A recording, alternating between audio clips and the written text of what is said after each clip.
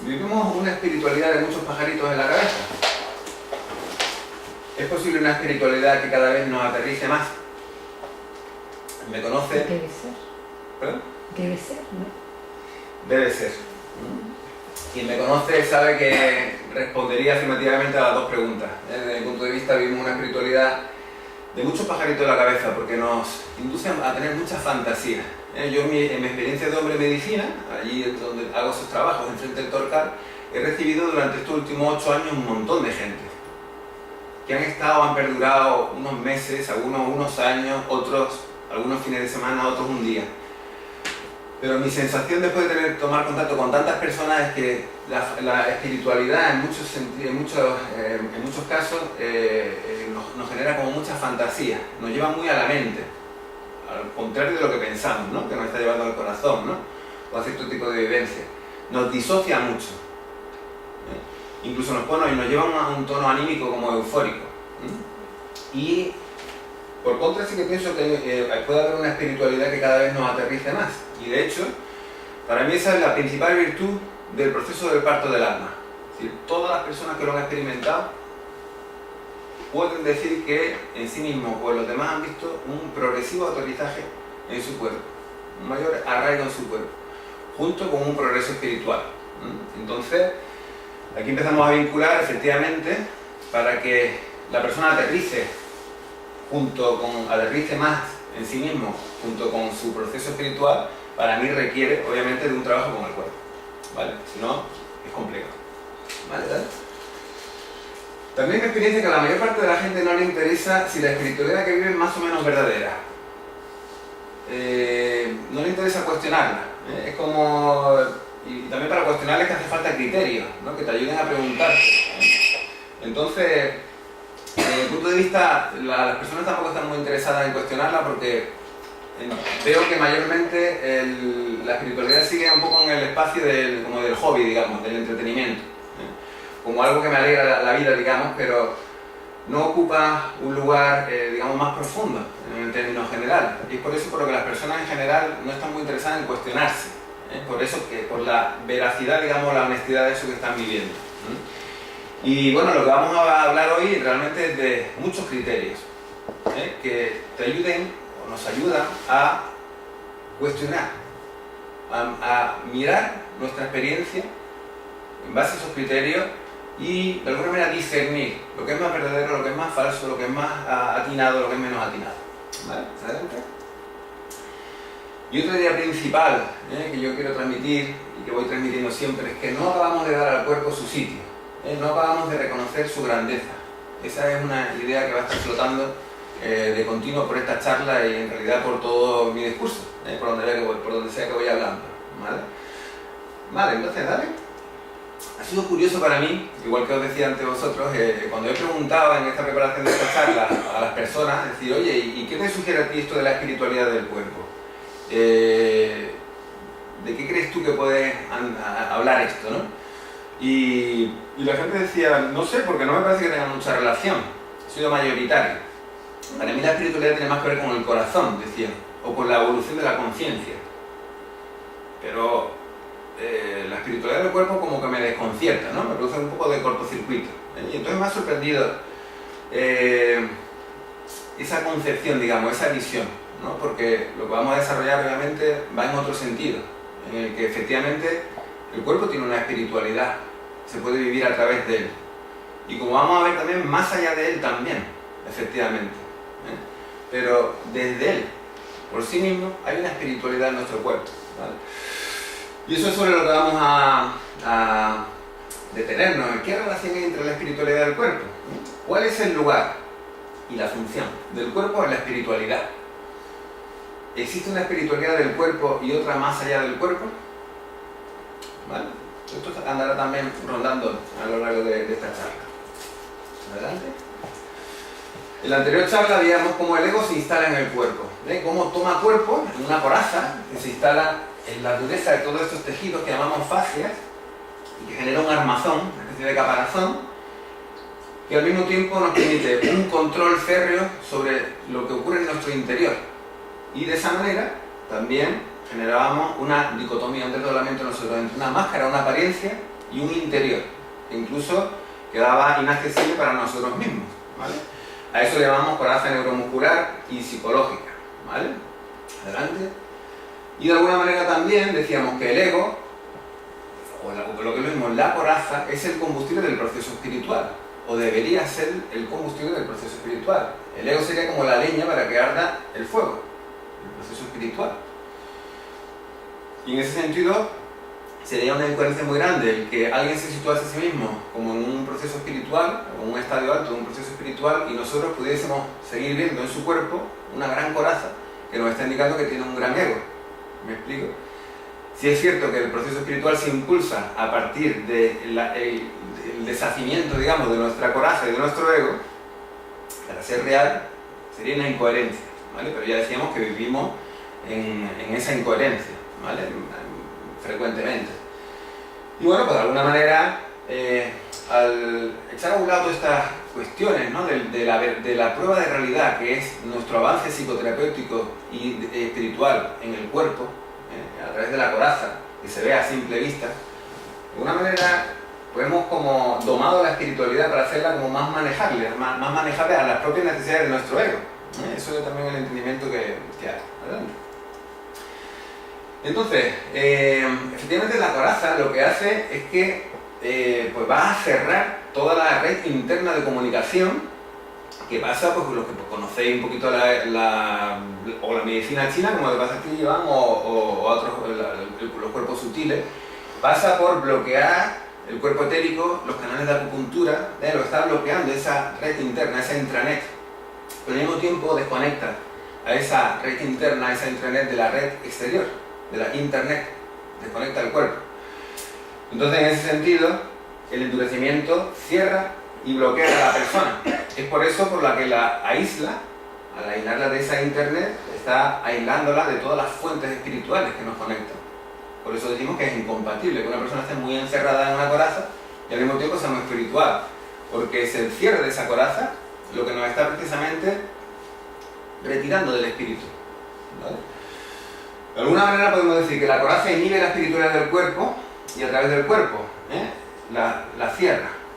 Y el desacorazamiento, sin embargo, y esa es mi experiencia, forma parte de mi experiencia, libera y destapa la espiritualidad del cuerpo. Conforme nosotros vamos desacorazando un cuerpo, va manifestándose el alma y el espíritu va entrando cada vez con más vigor en ese cuerpo, ¿vale?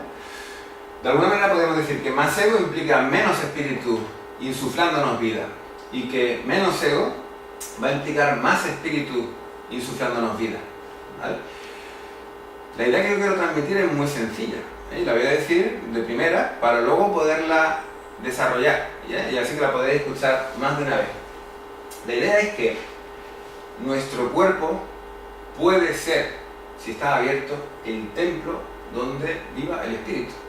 Si está abierto, el templo sagrado del espíritu, donde a través de esos canales,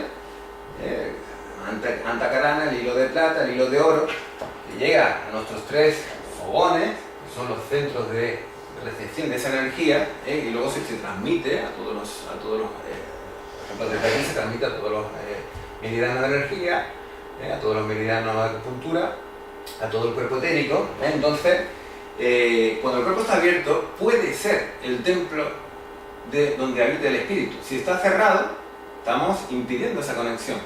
¿Me explico? Entonces, lo que ocurre es que en el cuerpo habita nuestro dolor, y por eso, como veíamos antes de la charla, pues tenemos muchas dificultades para verdaderamente querer desacorazarnos, y flexibilizar nuestro cuerpo y liberar todas esas memorias. Pero además, la otra parte es que hemos proyectado muchísima negatividad sobre el cuerpo, y en parte esa negatividad ha sido proyectada a través de las propias tradiciones espirituales. Y vamos a ver que la cristiana, por ejemplo, ha hecho bastante en ese sentido, en el sentido de dividir el cuerpo y el espíritu, ¿vale? Vamos a ver en un segundo cómo las tradiciones espirituales, especialmente las ascéticas, han visto en el cuerpo un impedimento para la espiritualidad, algo para atar en corto, algo para controlar, algo para negar. Lo vemos enseguida. Pero la idea principal para mí es que hemos proyectado mucha negatividad sobre el cuerpo, y el cuerpo es inocente. Y el cuerpo puede ser el templo del espíritu. No hay nada de antiespiritual en el cuerpo y no hay nada de impedimento en el cuerpo para el proceso espiritual. Vale, entonces eso lo vamos a desarrollar, ¿vale? La espiritualidad del cuerpo, el nombre de la charla, viene dado por un libro de Alexander Lowen, que tiene ese título. Alexander Lowen es como, vamos a ver así de primeras, como varias versiones de lo que es, cómo que el espíritu está relacionado con el cuerpo. Esta sería la más sencilla, la más simple, digamos, de las que vamos a ver. Pues él entendía que, él como bioenergetista, el discípulo también de Wilhelm Reich, entonces él entiende que cuando el espíritu mueve el cuerpo, este palpita de excitación y brinca con entusiasmo, dice. Al encontrarnos en ese estado nos sentimos hermanados con todas las criaturas y reconocemos nuestra unión con el mundo. ¿Vale? Esa experiencia de sentir un cuerpo vital, como decimos ahora, la espiritualidad del cuerpo es un cuerpo pulsante, porque todo pulsa en nuestro organismo, cada célula, cada órgano, que irradia salud, vida, gracia en el movimiento, algo que él miraba mucho. Una persona desacorazada tiene gracia en su movimiento. Y bueno, pues en esta línea, que es la misma de Reich, pues la coraza inhibe la espiritualidad de ese cuerpo, esa pulsación, esa irradiación. Un cuerpo sano no tiene una sensación neutra, irradia placer. ¿Me explico? Irradia placer. Esa es la emisión de sensación de un cuerpo sano. No solamente es que no emita dolor. Digo, ay, qué bien, bueno, si estoy sano entonces no me duele el cuerpo. No, no es solamente que no duele, sino que irradia placer. Entonces esto desde un punto de vista muy sencillo, sin meternos en muchas complejidades, esto sería la espiritualidad del cuerpo, que coincide con lo que en la otra diapositiva comentaba, es decir, un cuerpo que está abierto, que está desacorazado, como mínimo va a experimentar esta experiencia. ¿Vale? Adelante. John Nelson, que es un psicólogo transpersonal, vamos a ver muchos, decía, él, en el mismo núcleo de la visión transpersonal subyace la idea de un espíritu puro, que insufla vida a la materia y a cada evento. Este espíritu puro resulta imprescindible para la vida, porque la experiencia y la conciencia solo son posibles cuando se activa el poder que emana de esa fuente a la que me refiero como fundamento espiritual. ¿Vale? Adelante. La membrana psicológica que rodea el yo, él tomaba el yo como una especie de célula que tiene una membrana. Entonces siempre permanece semipermeable al fundamento, porque esta conexión resulta imprescindible para la supervivencia. No podríamos vivir sin la filtración continua de la energía del espíritu, o como cada uno quiere llamarla, esa energía que a nivel muy físico incluso no podríamos hoy día estudiar tanta gente, ¿no? La membrana, dice, no debe ser muy rígida, porque el mantenimiento y la revitalización de la energía vital requiere el constante flujo del fundamento, cuya infinita abundancia constituye nuestra misma esencia vital. Cuando, por ejemplo, el influjo del fundamento disminuye, nuestra conciencia se contrae y se torna gris, sombría e indiferente. Cuando, por el contrario, el influjo del fundamento tiene lugar de una manera regular y controlada, la conciencia se expande y agudiza el crecimiento espiritual. ¿Vale? Coincide mucho con la primera diapositiva y la imagen de la coraza. Él lo describe de una manera, tiene su propio léxico, y lo describe de una manera como más intelectual. Adelante. Este es Richard Sadler, el padre de la terapia craneosacral, desde la osteopatía. Y él hablaba del aliento de vida en un sentido muy parecido al espíritu, la energía del espíritu. Dice, el aliento de vida, y esto ya es una experiencia que también puedes tener los reikistas, ¿no? Estamos con las manos y empezamos a sentir ritmos, oleadas. Y eso fue lo que él experimentaba, ¿no? El aliento de vida entrando en el cuerpo. Y él sentía los diferentes ritmos que se producen a partir de él. Y podemos percibir el proceso que se crea, decía. Realmente podemos percibir cómo el aliento de vida entra al cuerpo, viene a la línea media, que es esta, y desde la línea media genera distintos tipos de ritmos, o mareas, como él llamaba, en el campo bioeléctrico, en los tejidos. Cada tejido se mueve, en cada fluido. Está viviendo una continua marea.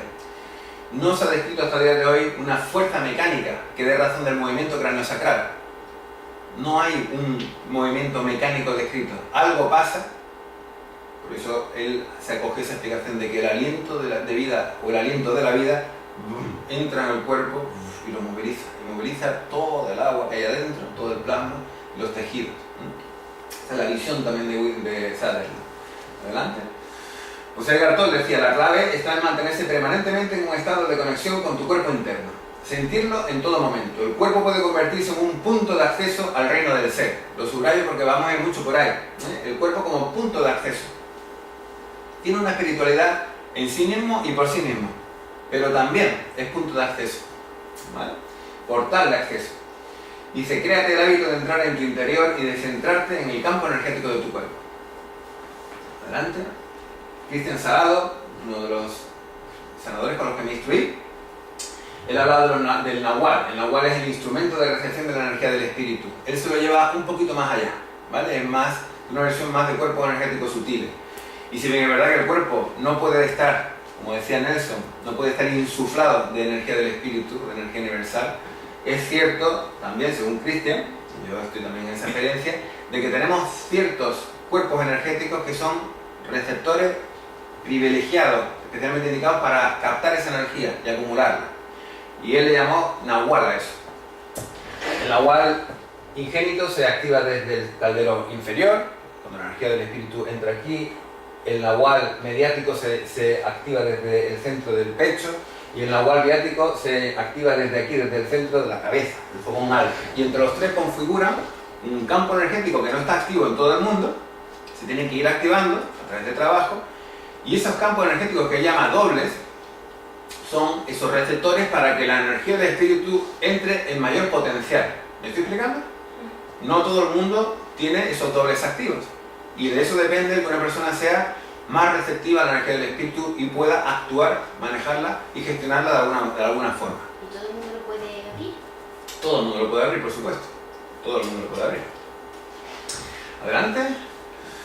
Y ahí viene Jung, otro maestro, dice: si podemos reconciliarnos con la verdad más misteriosa de que el espíritu es el cuerpo visto desde dentro y el cuerpo la manifestación exterior del espíritu viviente, siendo ambos una realidad, en realidad una sola cosa, podemos comprender por qué el intento de trascender el nivel actual de conciencia debe conceder al cuerpo lo que le corresponde. También veremos que la creencia en el cuerpo no puede tolerar una perspectiva que niegue el espíritu. ¿Vale? He subrayado esa parte porque también va mucho con ese propósito que me he marcado, ¿no? De decir, ¿qué lugar le corresponde al cuerpo?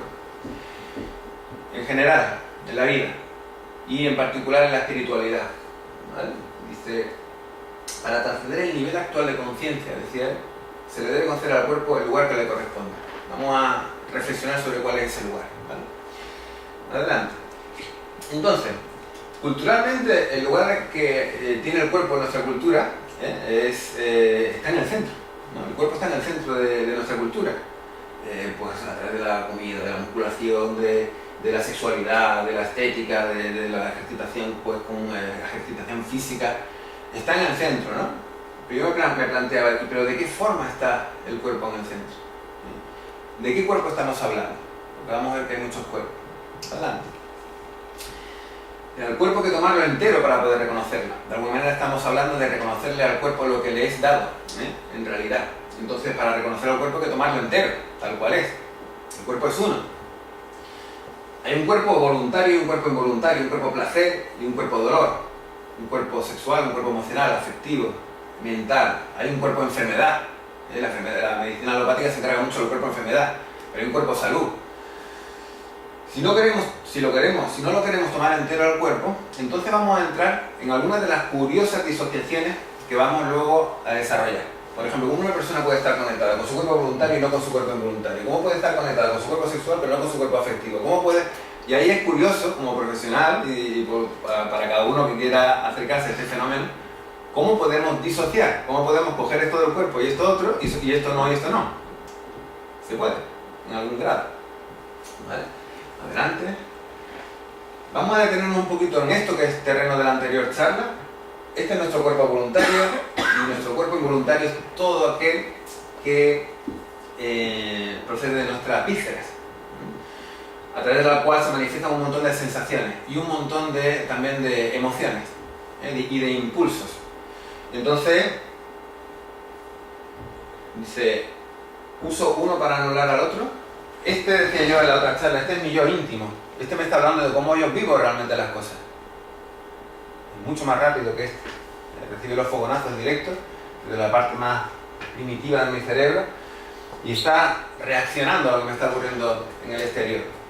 Pero yo puedo usar esta musculatura voluntaria para atenazar todas esas reacciones y meterlas debajo de una coraza.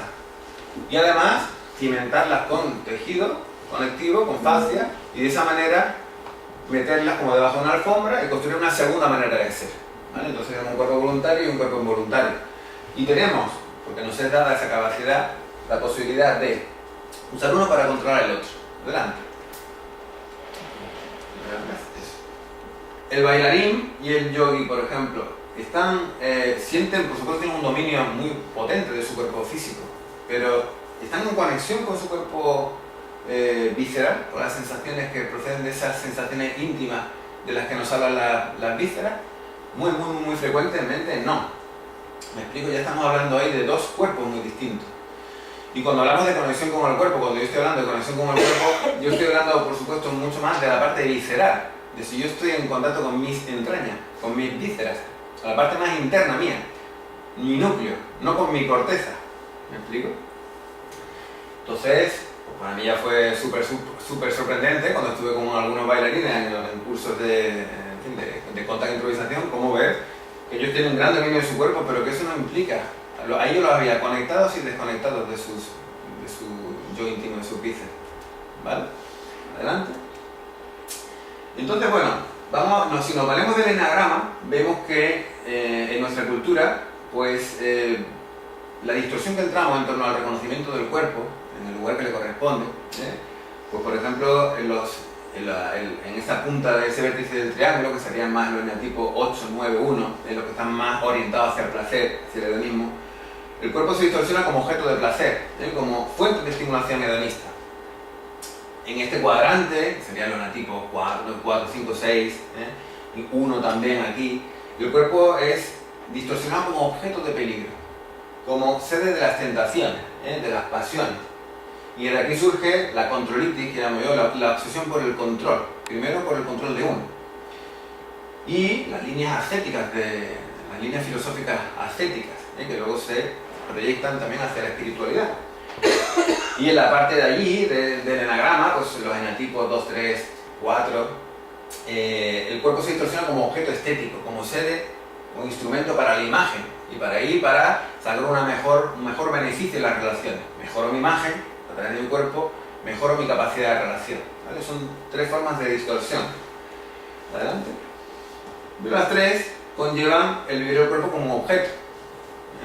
Y esa es la cuestión, es decir, vivimos el cuerpo como un objeto, el propio y el ajeno, como un objeto, o vivimos que nos vivimos integrados en el cuerpo. Nuestra conciencia se reconoce integrada en el cuerpo. Sería una diferencia de polaridades, digamos, ¿no? ¿Verdad?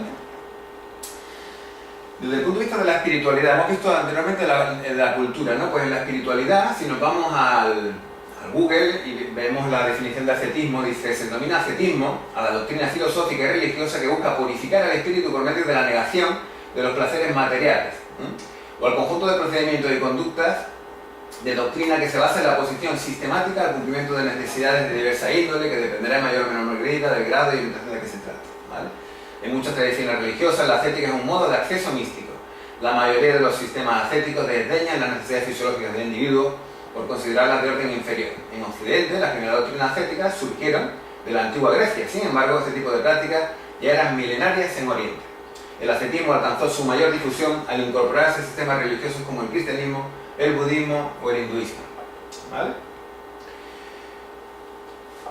Aquí, desde el punto de vista, empezamos en lo que es la proyección, que nosotros, las proyecciones negativas que hemos empezado a poner en el cuerpo, que hemos empezado a echarle encima al cuerpo, a ese cuerpo inocente y presumible templo del espíritu. Dale una vez más. Dice, la Edad Media cristiana se consideró el ideal más elevado aquella asistencia hostil al cuerpo y a lo distinto. Quien menospreciaba el cuerpo tenía que descuidar, y la higiene era vista como sensual. Una tentación, digamos, ¿no? Exponerse a una tentación. La gente volvió a cubrirse de cadenas, de corazas, llevaba cilicios con bolas de plomo, púas sobre la carne desnuda y unas ligas penitenciales con dientes de hierro para desgarrarse las piernas. ¿Vale? Esto, digamos, el culmen de esa filosofía ascética que se vivió a través del cristianismo en la Edad Media. Adelante. Desde el punto de vista nos debatimos entonces históricamente entre dos tendencias. Una es como de un masoquismo espiritual. Quiere decir que hay que sufrir para llegar a los estados espirituales. En el otro lado tenemos un hedonismo espiritual. La espiritualidad es una especie de escape del dolor. El hedonismo no es la búsqueda del placer, es la búsqueda del placer para evitar un dolor que ya está. ¿Me explico? Para estimularme de más, para huir de ese dolor que siento, que me está mordiendo. Ese es el hedonismo, ¿vale? El masoquismo espiritual conllevó un maltrato del cuerpo, por acción o por omisión, a base de abandonarlo o a base de castigarlo activamente. Y bueno, el hedonismo espiritual parece como, a mí me parece más como un invento más moderno. Son expresiones que yo he acuñado, no sé si hay alguien más que la usa, pero yo las estoy usando en los últimos años. Masoquismo espiritual y hedonismo espiritual. El hedonismo espiritual me parece que es algo que va mucho con la New Age, ¿me explico? Entonces, al mismo tiempo parece que me da la sensación que el hedonismo es como una especie de reacción a tanto masoquismo y tanto sufrimiento que hemos vivido en el pasado con la espiritualidad, ¿no? Ahora como que nos hemos ido al otro lado, ¿no? Hay un libro muy interesante que versa sobre esto, más allá del materialismo espiritual, de Chokyan Trungpa, sobre el budismo. Yo voy a partir, eso es un criterio personal mío, de que no se puede trascender a estados espirituales de desarrollo, que vamos a ir viendo ahora, ¿no? Como la espiritualidad, digamos, desde el punto de vista de los estudiosos, son estadios. Si tomamos el desarrollo de una persona como escalones, estaríamos hablando serían escalones de la parte alta de la escalera. No se puede trascender a esos, no se puede llegar verdaderamente a esos estados, a esos escalones altos de la escalera, ni de formas masoquistas, ni de forma hedonista, ninguna de las dos. ¿Me explico? ¿Por qué? Porque estaríamos incurriendo en trabas psicológicas. Esto desde el punto de vista psicológico es patológico, tanto el masoquismo como el hedonismo. Son cosas que nos impiden, son cosas que pertenecen a la esfera del ego precisamente. Entonces, no tiene sentido el que se pudiese prosperar espiritualmente a través de cualquiera de las dos vías, ¿vale? Y esto es importante porque, por ejemplo, hay mencionado dolor extremo.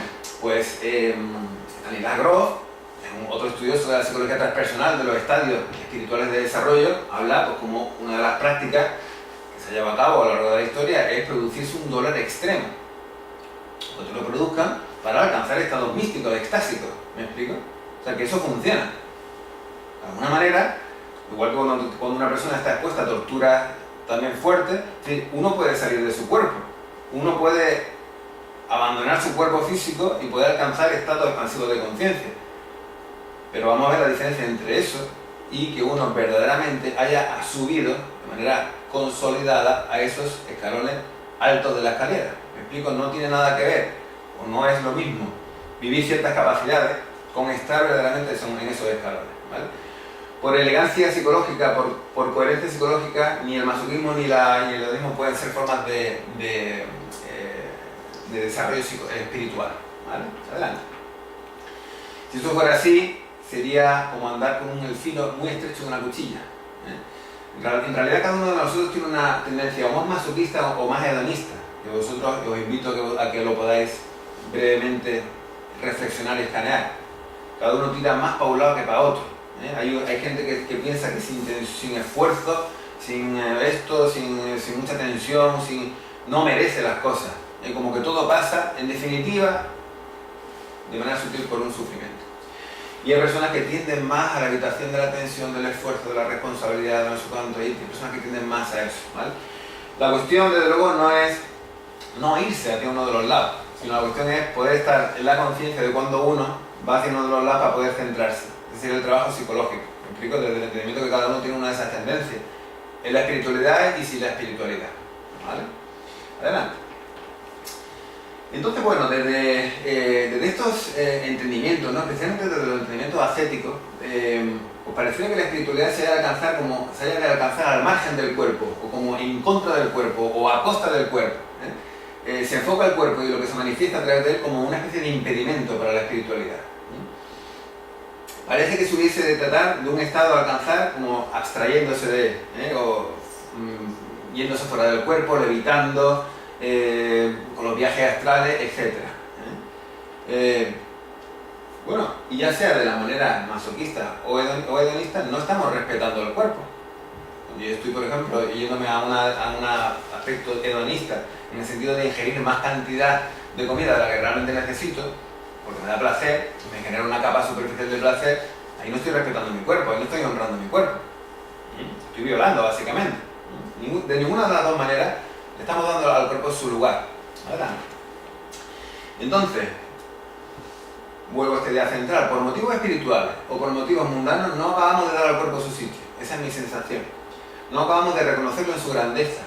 ¿Su grandeza en qué sentido? En tantas, ¿no? Es decir, en la cantidad de años que nuestro proceso filogenético ha necesitado para conformar esa maravilla de cuerpo que la biología reconoce hoy día comprender en un 10%, capaz de esa complejidad de funciones que además actúan de manera subconsciente a nosotros, del que no tenemos que preocuparnos prácticamente más que un poquito, ¿no? Es decir, para que funcione, es decir, darle una serie de nutriciones que son básicas, ¿no?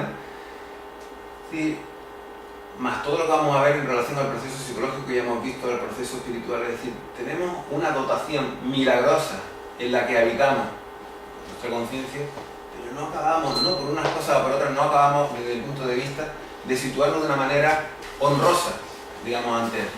Vale, adelante. Y lo que decíamos, ha hecho un montón de predicciones negativas sobre él. Adelante, Dios mío.